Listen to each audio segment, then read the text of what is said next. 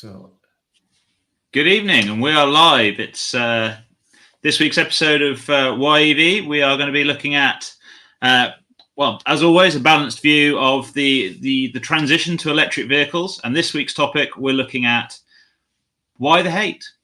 So YEV? Why not? Why not? Oh, Mike, really late there. So this seems to have become, I think, one of those kind of, it's one of those topics that I think people have always got an opinion on. It tends to be quite polar. I guess the three of us, I mean, George, you must be seeing this, from the coalface, I guess. Yeah, we with converting classics to electric, we get a lot of, it's as I've always said, it's very Marmite. There's few people that are kind of like, yeah, well, I don't know, but we get a lot of vehement reaction to it, especially if we go to a classic car meeting with a conversion. We get a lot of people that will come up, and one of the first things they'll say is, I see what you've done, and this is why I hate electric cars. And they'll start trying to explain to me why they hate electric cars. And I'm like, okay, I understand you don't like them, but do you want me to tell you something about? No, I don't care about the conversion. You've ruined it. You've taken all of the soul out of it, and I just want to tell you why I hate electric cars. Well, hold on a second. All that's going to do is you confirm your beliefs. Why don't you just let me explain? So then I go around and I say, right, look, everything we've done is fully reversible. We haven't changed the car in any way. We really, really try to keep as much of its original character as it possibly can do, and everything is bolt in, bolt out. So if you any of the owners that have our conversions done in the future, if they want to go back to petrol or diesel, whatever it was originally, they can take everything out and put the motor back in, and it goes back to being a petrol car. But to this point, after doing 7 of them, nobody's ever thought about doing that yet. Yeah. Has anyone ever come back and kind of gone, oh, yes, it's not for me? No, never. But then it's an expensive undertaking, so I think you are going to have convinced yourself before you go into it. And not one of the people that we've done it for want to sell. We get loads of inquiries, probably 2 or 3 a week, where people want an EV conversion, but they want it now. Because our waiting list at the moment is about a year to get into the workshop and get your conversion done. And I say, well, look, I'll email around all of the customers and see if anybody wants to sell theirs. And even Nissan, so we did a conversion of a Nissan Bluebird for Nissan, and their conversion is sat in their car collection with all the kind of the other oddball stuff that they've done. And I constantly email them and say, any chance you want to sell it? No, we're not using it, but we want to keep it. Right, okay, great. So no, we don't get any. We don't have any of the customers that have remorse about EV conversions. But yeah, it is a very polarizing thing, which is a bit odd. Even when we take stuff to modified car shows, you go, oh, you've ruined it. The biggest thing that we get with modified car shows is, oh, you've taken the noise away, and that's like the heart and the soul of the car. Well, no, we've changed the noise. Because I mean, you guys, even in modern EVs, which are quieter and probably more sanitized than an old car converted to electric, you still get noise, don't you? Well, this is the thing. I mean, I've written about modified cars for almost for slightly longer actually than I've written about EVs. It's an interesting kind of editorial patch to cover because there aren't a huge amount of grey areas, although there are. I mean, I'm finding that there are more people who are quite happy to kind of exist in that grey area now. And I think it's fascinating that a lot of what I do say is Volkswagen related. People are quite happy to see kind of Mark I Golf GTIs with modern Golf GTI internals. You know, the 2-litre turbocharged engines out of modern cars. Modern Golf GTIs, and it's the same in the hot rodding scene's been doing this for decades and decades and decades.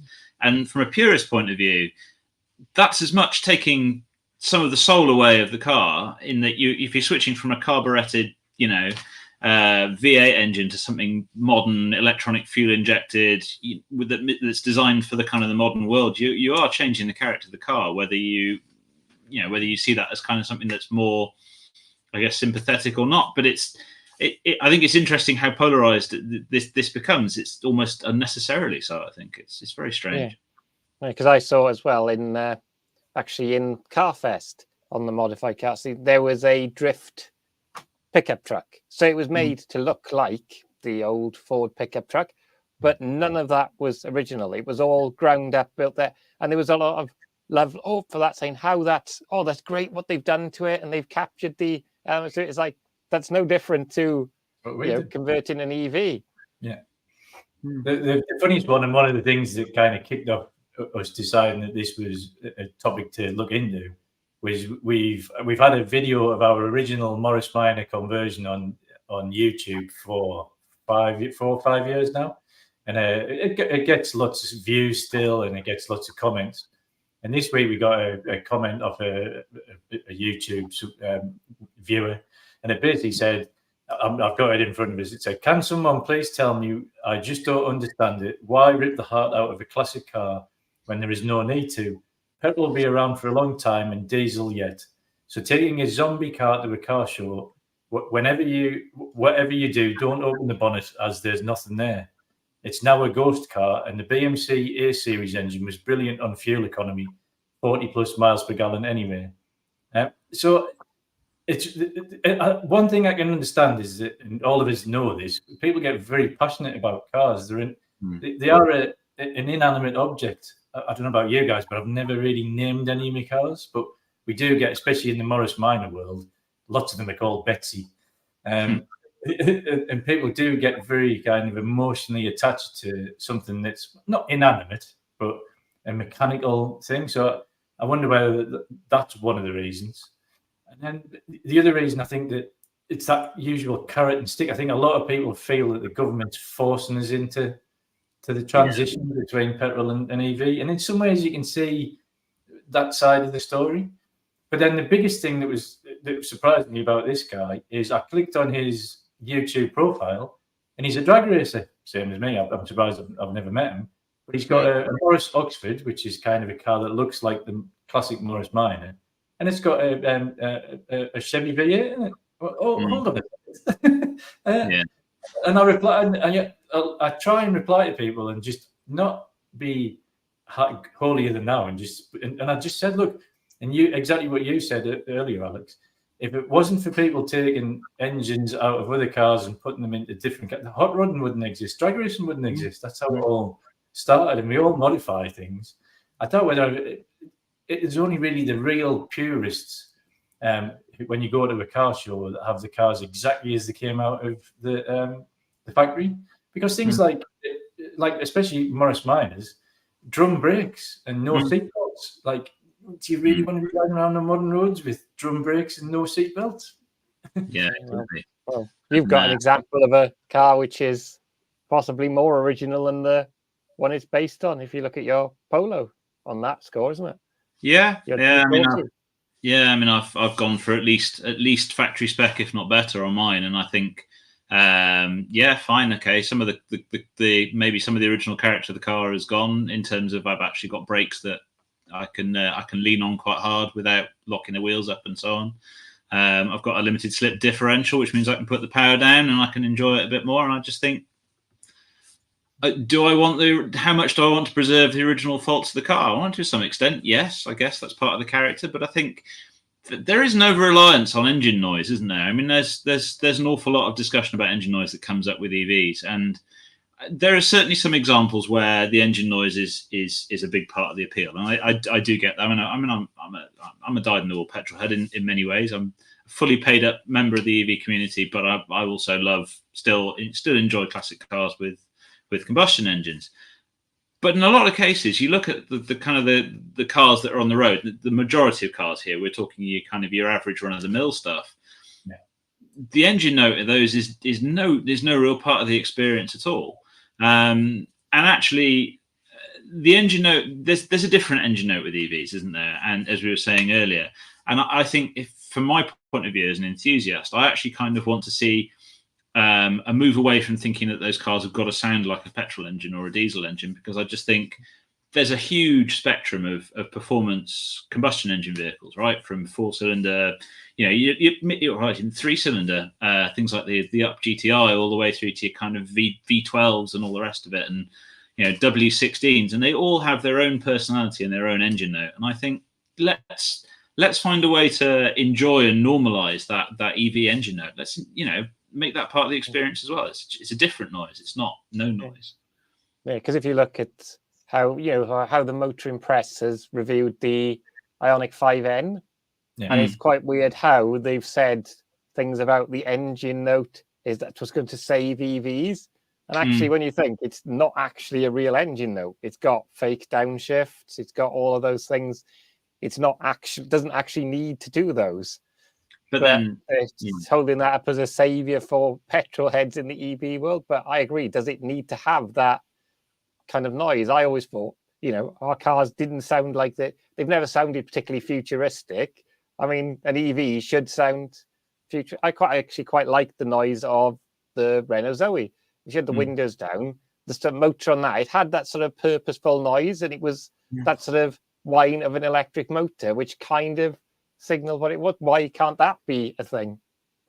Equally, you do get people kind of going, "Oh, EVs are faking it," and all the rest of it, as if petrol performance cars haven't been at least partially faking it for quite some time. And you think of things like sound actors and all the rest of it, which was for those less familiar with that side of things, would kind of ramp up the induction noise. It was a tube with that was acoustically engineered inside to give you more induction noise when you were flooring it in the petrol car. And you could in some cases you could drive an identical engine without that in something else, where it was more kind of luxuriously tuned, and it would sound completely different.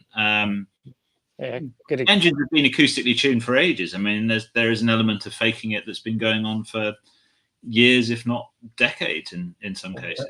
Am I right in thinking that some cars, especially hypercars and performance cars, is it an Audi? I think I've heard actually has fake noise that has like speakers that feed back into the cabin, so you feel like you've got more engine noise than you actually naturally would have. I think. So as I remember, the last generation, even the last generation M3 and M4 were piping, and it wasn't a completely artificial sound, but it was an artificially boosted sound into the cabin. And there's an element that makes sense with that. I mean, if you're driving around city centres and stuff, you're the one that wants to enjoy that noise perhaps more than the people who are on the pavement want to enjoy it. Not everyone's as into it as you are. So I mean, an example of that would be the Hyundai i20N. Same engine as the Tucson, but sound very different because an actual valve that actuates it. I mean, and going back to EVs, a certain small Italian car came with an engine noise, didn't it? The Arba 500. All right. Does that have a fake engine noise? Does it? There is one problem with it though.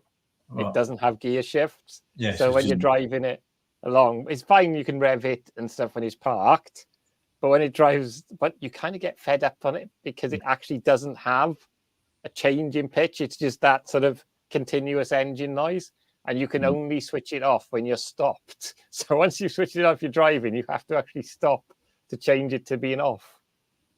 So quite interesting starting to see stuff now, like Hyundai's doing it on the Kona. The Mazda MX-30 does it, and there'll probably be other ones as well that do this as well, where they've got in the MX-30. It's quite interesting approach in that it gives you some acoustic feedback. It doesn't sound like an engine. It's a kind of a hum, and the harder you work the motor, the more artificial hum you get into the cabin. And the idea is it gives you a sense of being kind of more engaged in it, and that you can kind of sense how hard it's working, and in the way that you get some acoustic feedback from an engine. I mean, I think that's quite an interesting approach to doing it, in that it's not trying to sound like it's burning fuel. It's trying to do things its own way. One thing that we find is that as much as you lose the engine noise, one thing you really gain, I think the drive turns really like quiet. Go on, Kevin, sorry. You're still there, Kevin? Sorry, the stream just broke up as we were talking then. They're talking over each other, so what I was saying was that what we get in the conversions is, because the drivetrain becomes very quiet, you hear every other noise in the car. So even if it's a complete nut and bolt restoration, you can hear the creaking of the suspension, the body flex. I mean, we did a convertible first, and when I first drove it, there was this like metallic popping noise every now and again. I'm like, what the hell's that?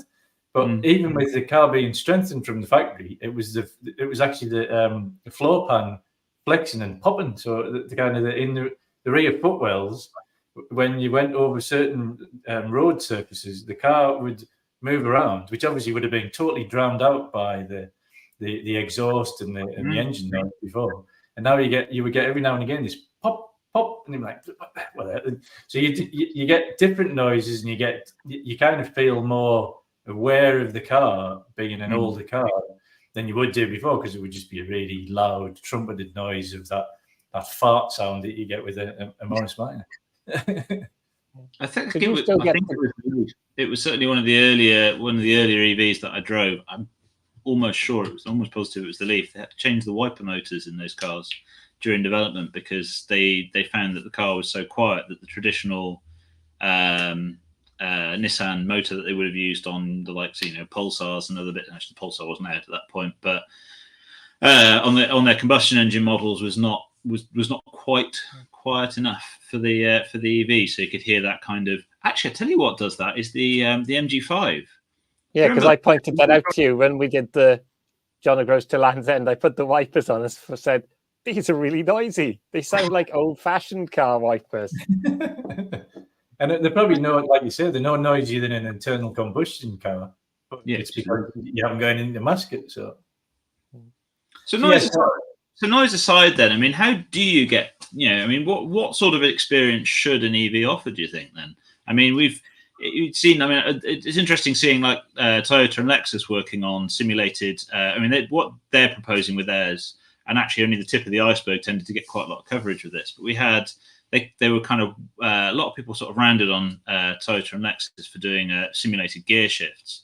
Actually, I interviewed one of the engineers involved in the project. It's actually really quite interesting what they're doing. Is they're saying with an EV, it's like a blank canvas for whatever experience you want. So you can go online and you can make download a driving profile that will simulate the gear shifts and the torque curve of an AE86 Corolla or some, or things like that. So you can make the car perform as you want.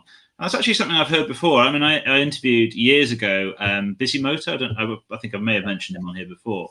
Bisimoto for years did wild turbocharged Hondas and then went into Porsches and had kind of lots of images of one of his more famous builds. It's his kind of baby blue metallic Porsche 930 turbo with no back bumper, two huge turbos on the back, just belching flames out. He's now starting to build EVs, and he was he said, I don't understand why people haven't grasped this with both hands. He said, this is a tuning revolution. He said, I can go into the software on these cars and I can get like 1,000 horsepower out of it without having to worry about emissions regulations. And he said, as long as you can cool them properly, you can pretty much just push them as hard as you want. And he said, and you can do everything with software, and it's all in controls. He said, you do all the sophisticated stuff through the way that you manage these powertrains. And he said, I can make this car feel however you want it to feel, in ways that you just cannot do with a combustion engine. You're always kind of reined in a little bit with it. So how do what sort of things do you think people are going to want out of it? I mean, the enthusiast end of the market, anyway. Well, the one thing I keep coming back to is we should just try everything and see what sticks. Because the one image that sticks in my head, and I always go back to this kind of the transition. The last time we've had this was when we transitioned from horsepower, actual animal horses, to cars. And have you ever seen them pictures of some original cars that had horses, like fake horses' heads on the front of them? I think we're doing the same. Yeah, there is. Honestly, Google it. Like it'll be like late 1800s cars.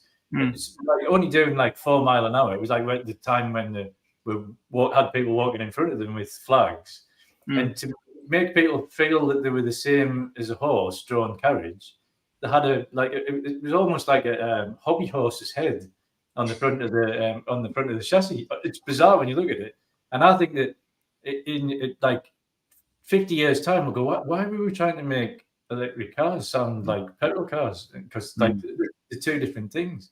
So yeah, I think that's one thing that I think we should And the other thing to think about as well is we are in a bubble of being car enthusiasts, which is why we do what we do. The general public just want something that works. They don't care whether it makes a noise or it doesn't make a noise. In fact, we have some customers on leaves go, it makes a noise when I'm in the car park. Like electric cars are supposed to be silent. Well, yeah, but you don't want them to kill people. So then they come back and they'll go, can we turn it off? Well, actually, stupidly, yes, you can turn it off in a Leaf, but I don't know why you would unless you are trying to kill people. So I think that we should, and I think it's perfect that the Hyundai with the gear change. I think it's gimmicky, and I think you might use it like for the first few weeks of owning it, and then go, I'll leave that turned off.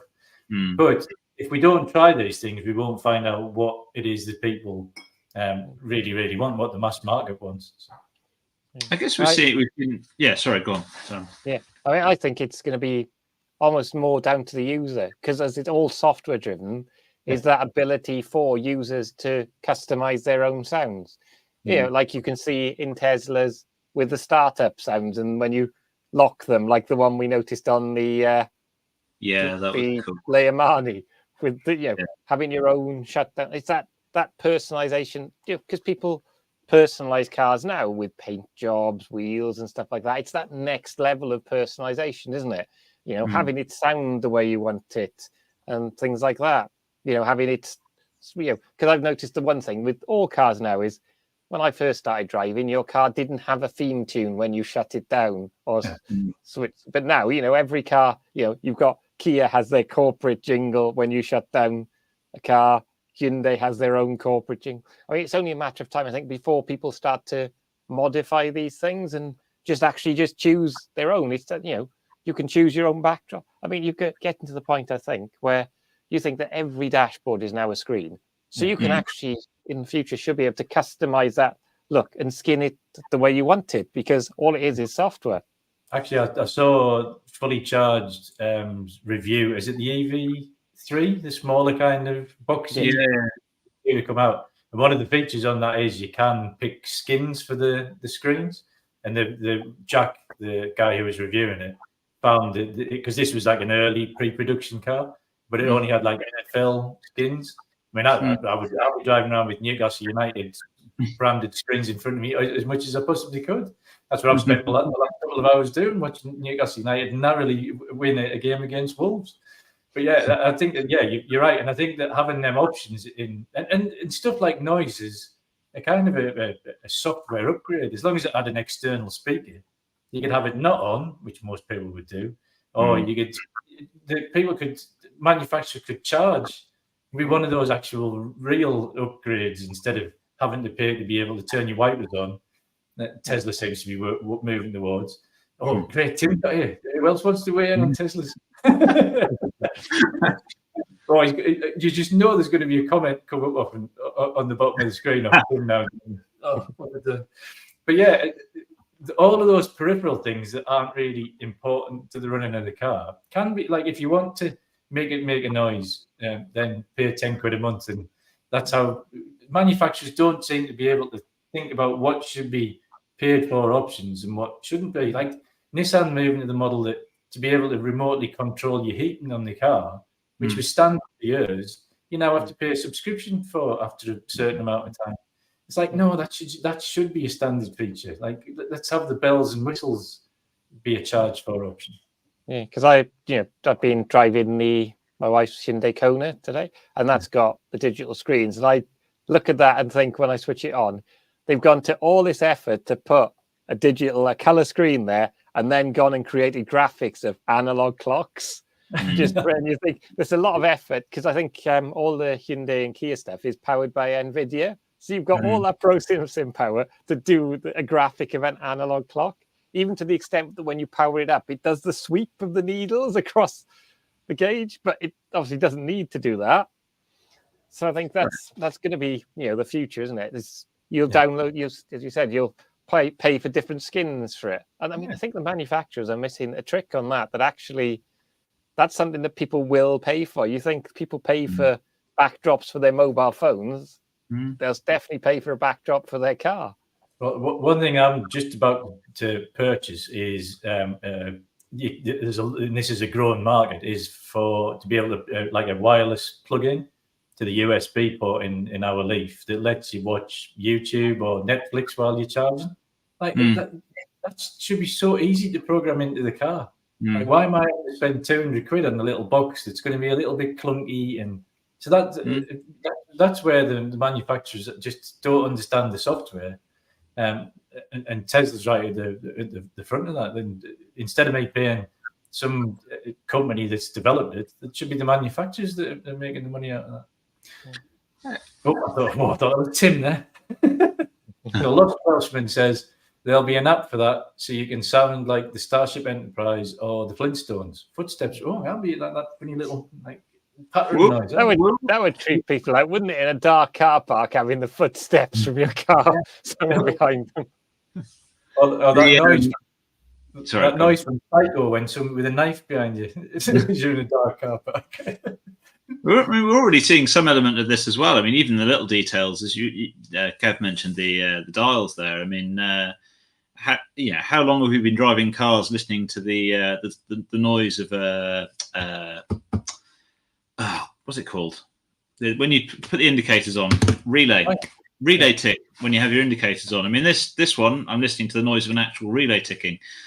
But for a while, it's starting to change now. You're starting to get more diversity of kind of noise in when you put the indicators on in vehicles. But for a long time, we were driving around with cars that were going tick, tick, tick, tick with the indicators on. And they don't need to make that noise anymore. The actual thing that's producing that noise is gone. And they're reproducing the noise of something that isn't there. So, I mean, there's an element of faking it in that as well, which is...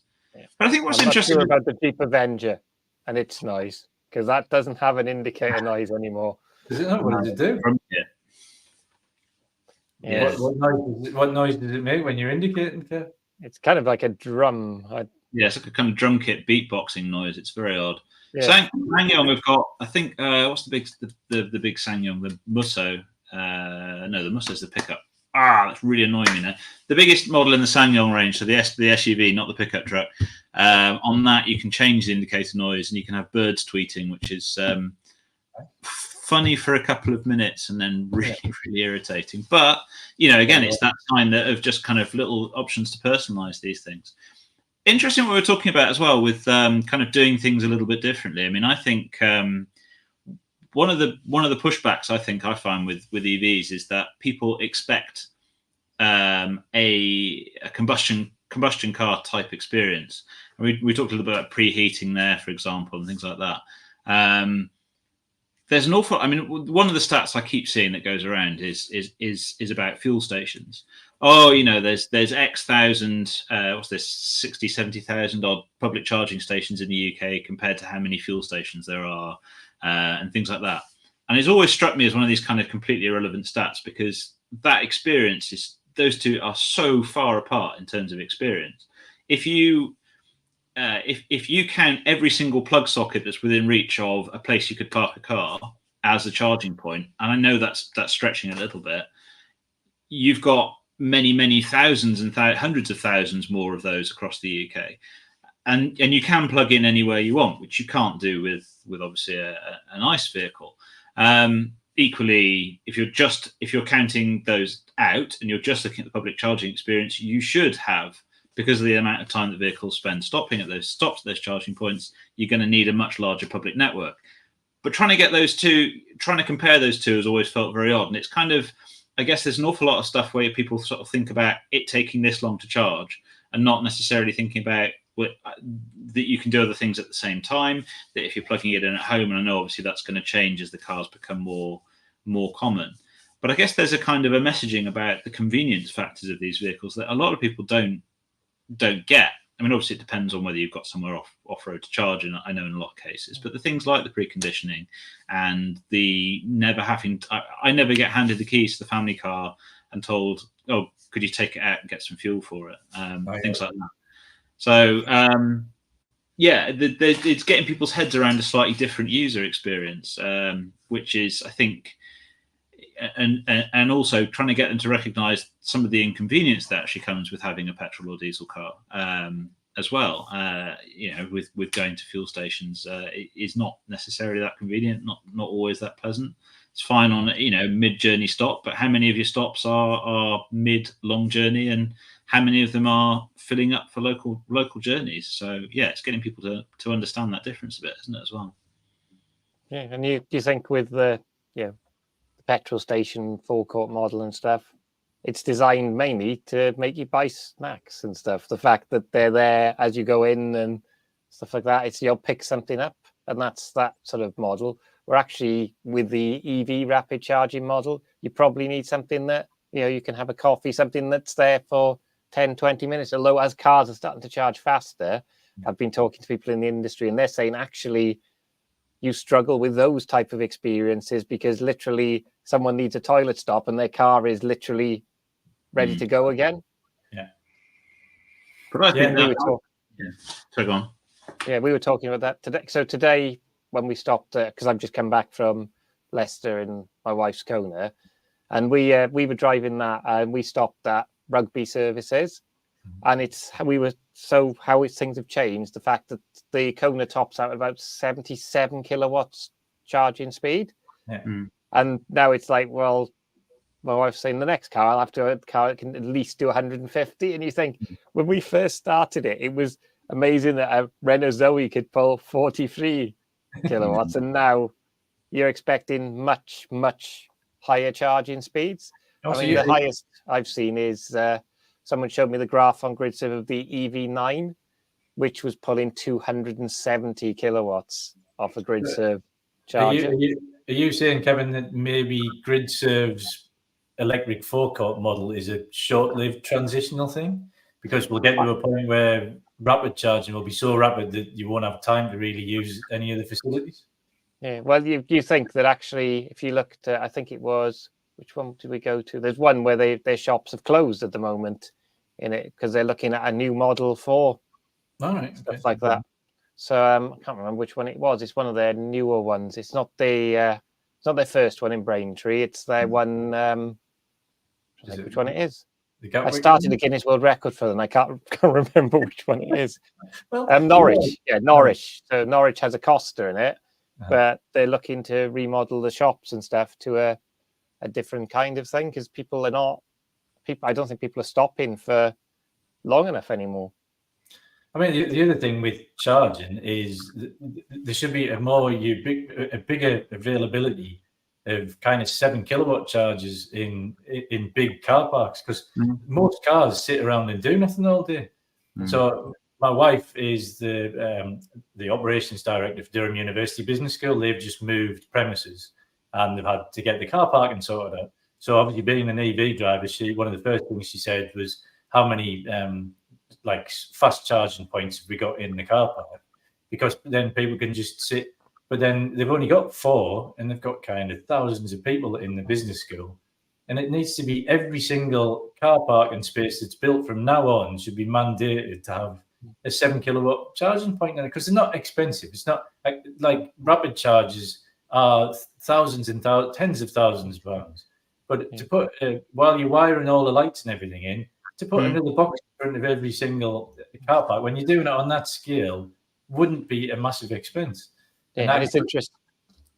It's interesting. I was in Leicester, the High Cross shopping centre, and I've not seen this, but they've got 80 3-pin sockets for free charging, which was a very weird thing. Yeah. I was like, literally, it's the first time we've opened the granny charger with our car. It's never been opened since we've had it. We've had it over 2 years. I mean, it was slow, but it's like, that's it. It's very old school. But you think actually with those sort of things, with the technology and load balancing and stuff like that, you can oversubscribe sockets. Yeah. So you just do it so it actually shares the load between them. Yeah. Good. So we seem to have wandered up into all of the things that we love about EVs, which this actually, thinking about it in a macro level, this is one of the things that needs more. All of those non-EV people that hate EVs don't see any of this because they've got that red mist and they've already made their mind up. No, they're evil. We're getting forced into not being able to use them anymore. sorry, what was Tony Williams saying? I had a Nero EV courtesy car when my EV6 was in for service.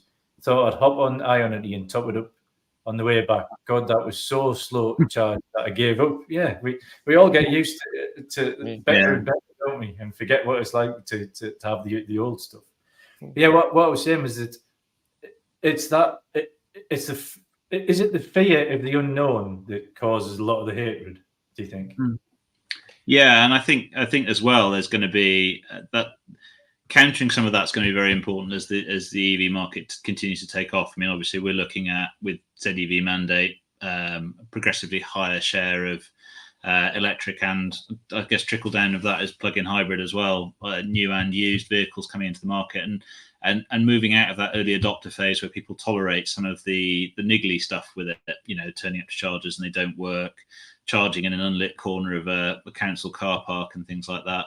I actually think from that point of view, going back to what we were saying a minute ago about fuel forecourts, is that I think there's a familiarity with turning up to somewhere well lit, security cameras with a shop on site and your Costa Express or whatever, and toilets and things like that. And I think people are going to expect that kind, not rightly or wrongly, they'll expect that as a kind of a base level, perhaps with other services like good quality Wi-Fi, somewhere to rest, but just managing that and those facilities are going to have to cater for a growing population of EV drivers, and there's going to be some element of waiting there. So yeah, providing a good experience at those is going to be a real differentiator, I think. And with you guys being in the industry, one thing that is obvious to me is that the people who are in charge of making the EVs are very. It seems like just about every company apart from Tesla and Kia, they've got a vested interest in EVs not succeeding, because they would much rather still be producing petrol and diesel cars because they've done it for years. They've got that down to a T. They're not expensive to produce and they're profitable. So they're the guys that are responsible for marketing all these EVs, and it seems like they're kind of fighting against themselves. Do you get that feeling when you speak to manufacturers?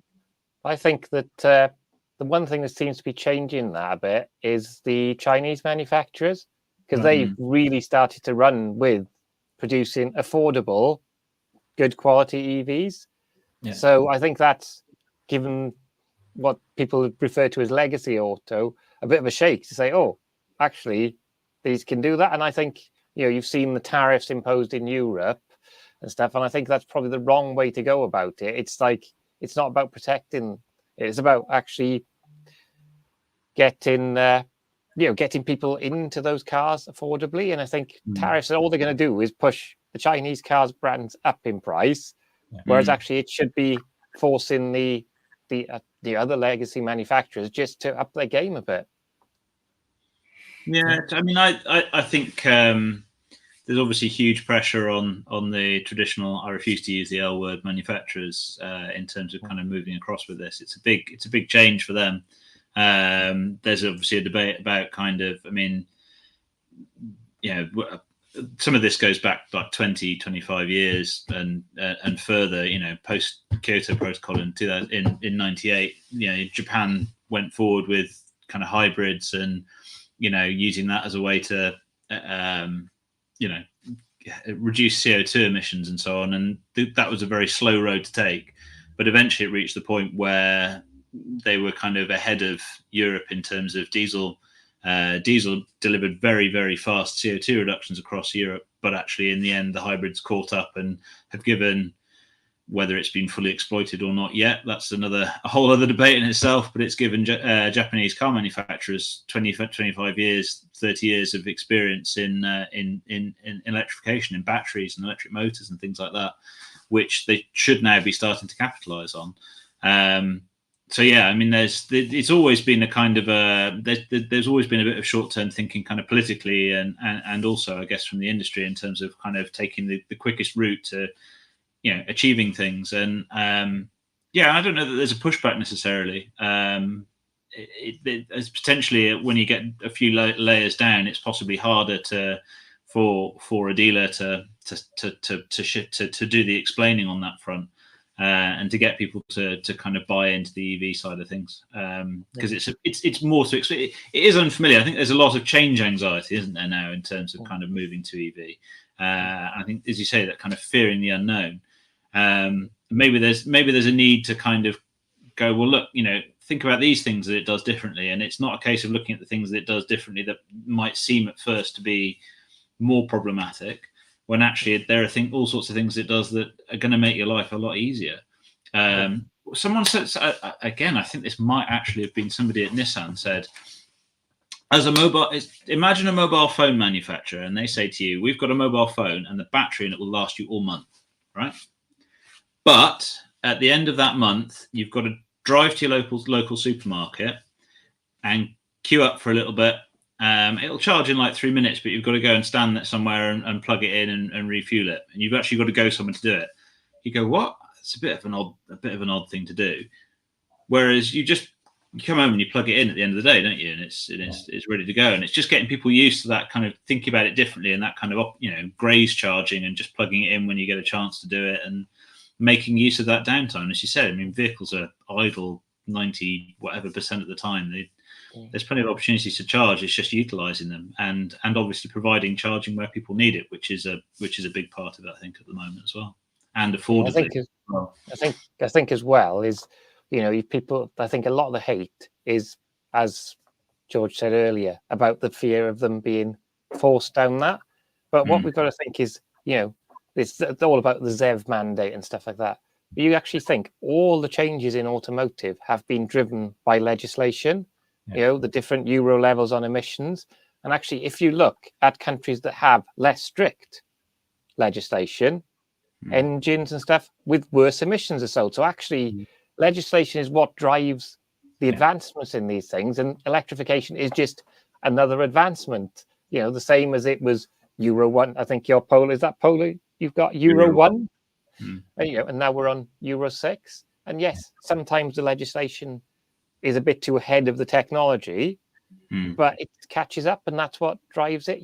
Otherwise, you would have, if we hadn't pushed legislation, we'd have much worse air quality in cities because they wouldn't have made the improvements they made with petrol cars.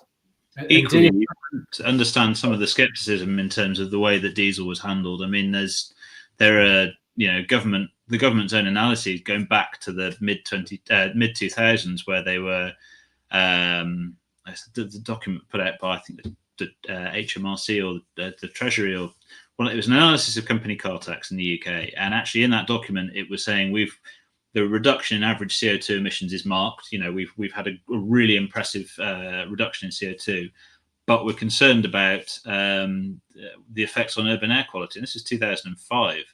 And it's kind of, you have to take that holistic view of things. And you can understand why people might go, yeah, well, they're telling us this now. In 10 years' time, they might be telling us something completely different. The consistency of messaging is appalling.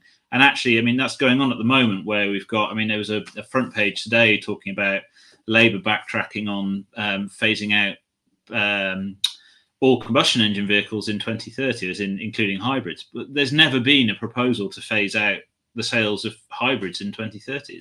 It's always been hybrids or more, and it's been a long undefined, significant zero emission capability as the base level, which has never really been defined. So I think, from a consistency point of view, that's really important to set those goals. You say with the regulations, Kev, and the and having clear goals and clear things to work to, and being strategic with it, and not flip-flopping on things and suddenly pulling the rug out from under technology. I think it's ironic that, I'm going to put my flame suit on for this, I think it's ironic that diesel took a swan dive just as the engines were actually reaching the point where they were competitively clean with the petrol stuff.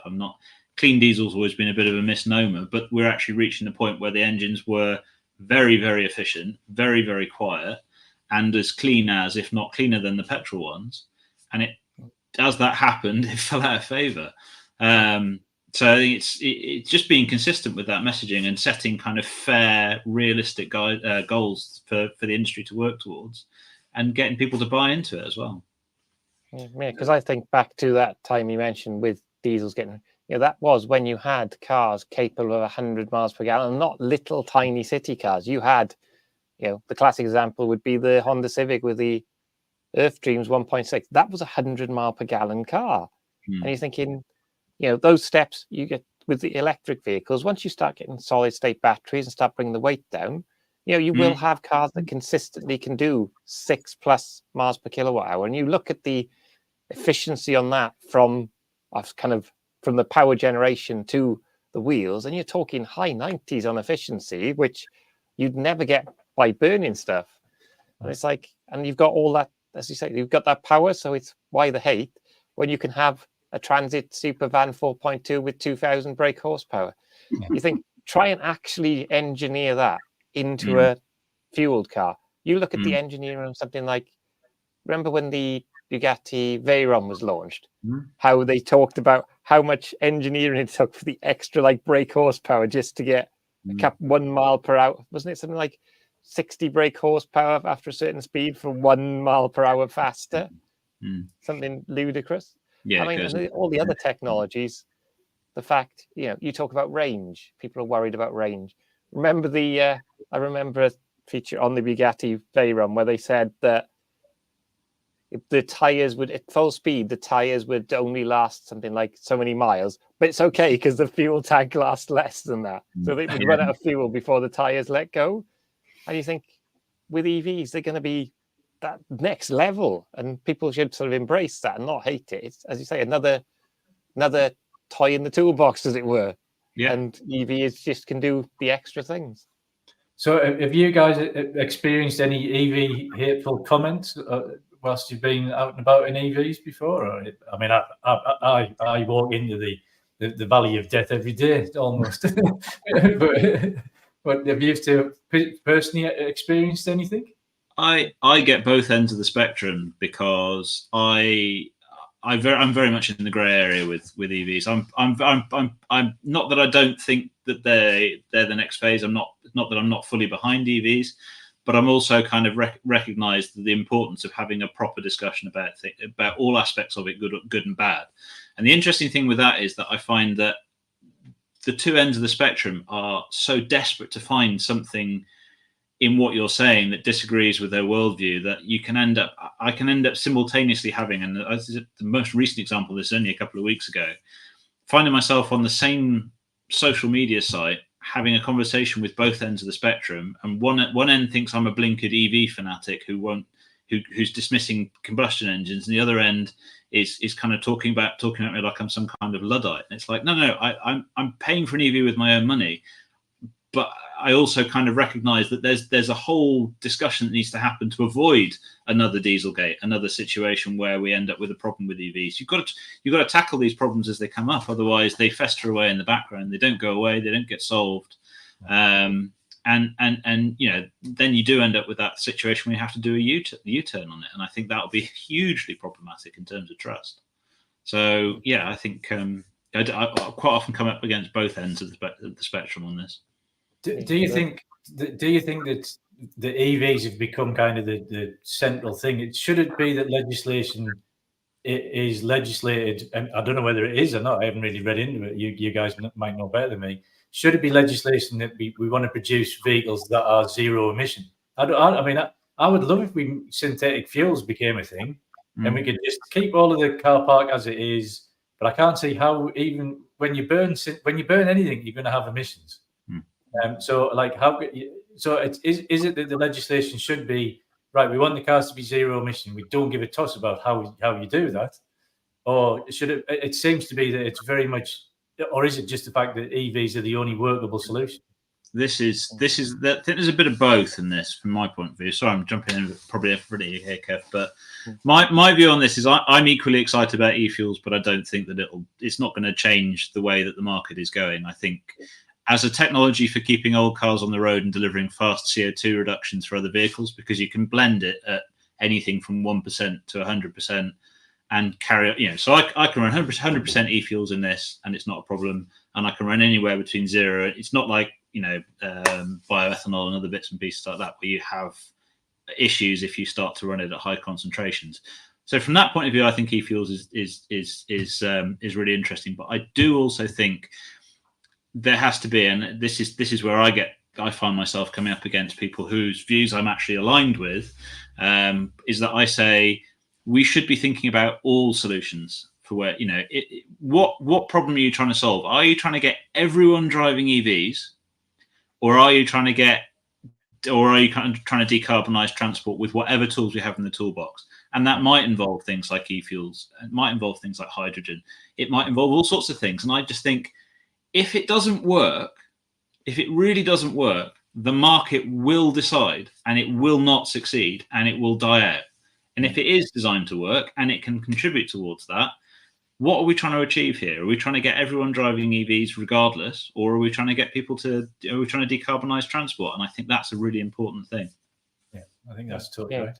Yeah, I think it's more about what people forget. It's about, people say zero, it's about net zero. So it's not really about, it's the fact that there's certain things which can be incredibly difficult to decarbonize. Think of air travel. That's way off decarbonizing. So, you've got to do the low hanging fruit, the stuff that's easy or relatively easy, because you can't turn around and say, I mean, this I think is what a lot of the hate comes from. It's about people thinking that we're trying to change their lifestyles, make things worse for them. And actually you think, if you turned around and said, right, we're going to ban all air travel tomorrow, think of all the way how economies would fail, because that's what they're based on. You think, so it's all about the sort of net zero and doing the easy stuff that we can do. So, doing the school run, do you really need to have your big SUV idling outside the school gate? Probably not.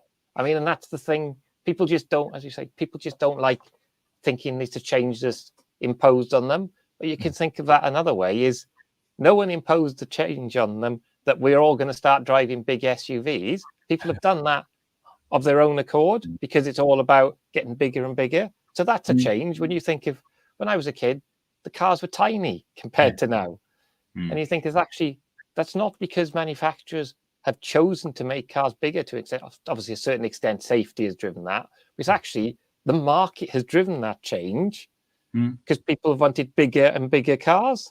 So I think it's when people think stuff's imposed on them, they push back against it. Yeah, totally. And do you find, do you personally get much EV hate in your day-to-day life? Or? I mean, I find more on the social media stuff, and it's more about the typical, you almost think of it as EV bingo of what they're going to say. It's that all the batteries are made with child labor, they can't be recycled, they all catch fire, and it's things like that. And it's those things you get hate on. And you will try and reason with them and say, this is what it is. And there's all these different things, like the Cobalt Alliance and things that there's less cobalt in EVs and stuff. But you think that one thing that people, because they feel it's an imposition on them, they hate it. But you think of the biggest resource is one of these. When how many of those are in your bottom drawer, or you throw them away? And actually, that's the biggest resource waste. Whereas people aren't going to throw away the battery. As you'll know from your industry, George, the fact, why would you throw a lithium-ion battery pack away from a Nissan Leaf that's still functional? You're part of the you are part of that recycling of them. Oh yeah, totally. I mean, I have them lying around. Look at it. Here's one I prepared earlier. A Nissan Leaf battery that we took out of a 150,000 mile EMV 200. It failed, but we just took that one out. That'll be going off to the recyclers once we have enough of them, and then we put another one in. Car's back on the road. And that's not trying to Hulk smash itself out of the casing either. No, that one's not so bad, that one.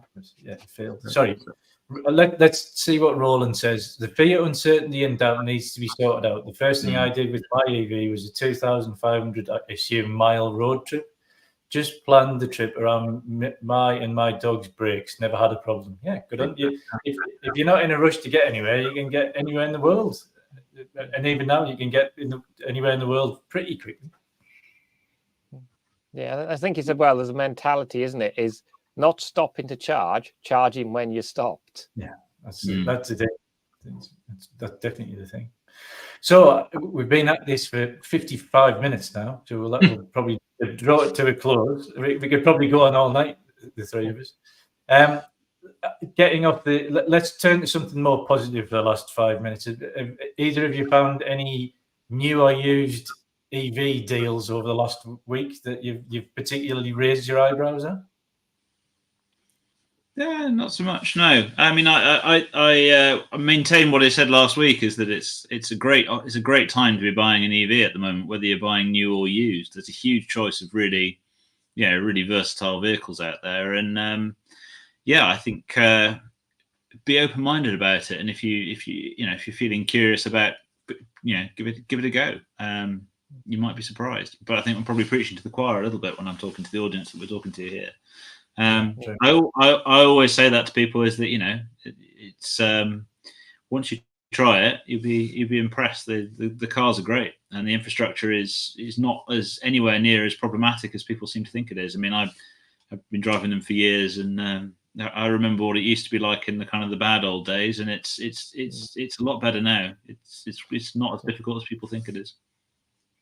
Yeah. I mean, and with the used thing as well. I mean, actually, I commented on LinkedIn recently is when people say there aren't affordable long range EVs. I mean, one of the ones to look at is the Hyundai Kona. Now they're starting to come round about the £10,000 mark, and from the experience of having them, the battery degradation is they really protect their battery packs. So you've probably got pretty much, you can put with the right tires on, you can get one of those £10,000 Konas, and it'll do just shy of 300 miles for you without really trying. Yeah. I mean, so there's no real excuse to not there. I mean, the other thing with EVs, I mean, we preach, as we say, we preach to the converted here, is they are lower maintenance, but one thing to remember is they still have normal suspension. Yeah, so they still need maintenance on them. It is we get a lot of part exchanges, and I'll say, right, have you got any service history? Oh, well, it's an electric car, you don't need to service them. So then I always have to deduct about £500 for all the suspension work you're going to need, because they've never had a mechanic really look at them. And yes, they'll pass an MOT, but you've got rattly bushes and shock absorbers, and the brakes will be all rusty. They'll work, but they'll not work to their optimum, and I wouldn't want another owner. So we have to go through all of that. So yeah, the electric cars still need maintenance. So. Yeah, and I think in the thing with balance and stuff, that's the one thing I hate that Tesla has said is you don't need to service them, and that I think is the biggest thing is actually you do, because they have some parts of a normal car which will rust and stuff. It might be fine in California, you don't get rust on a car, but in the UK we do salt the roads, so it's still an issue for them.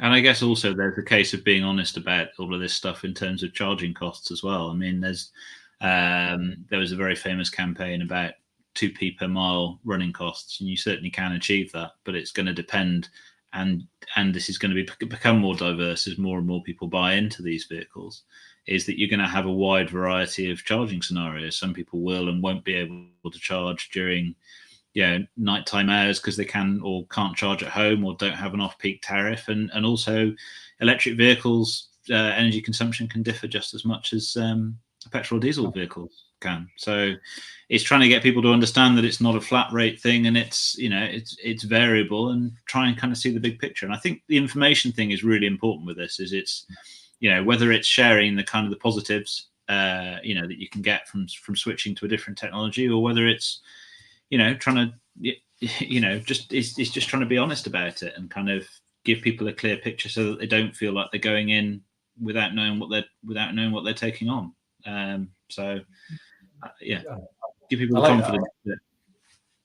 You've given me an idea, actually, because I've just started doing regular updates about what we're doing in the workshop. I think what I might do is film myself taking a petrol car to a petrol station, how long that takes, and kind of filling it up, getting back in the car, having to wash my hands to get rid of the petrol and or diesel smell off my hands, and then filming myself coming in the driveway on a night time, plugging the car in, locking it, walking away, and going to bed.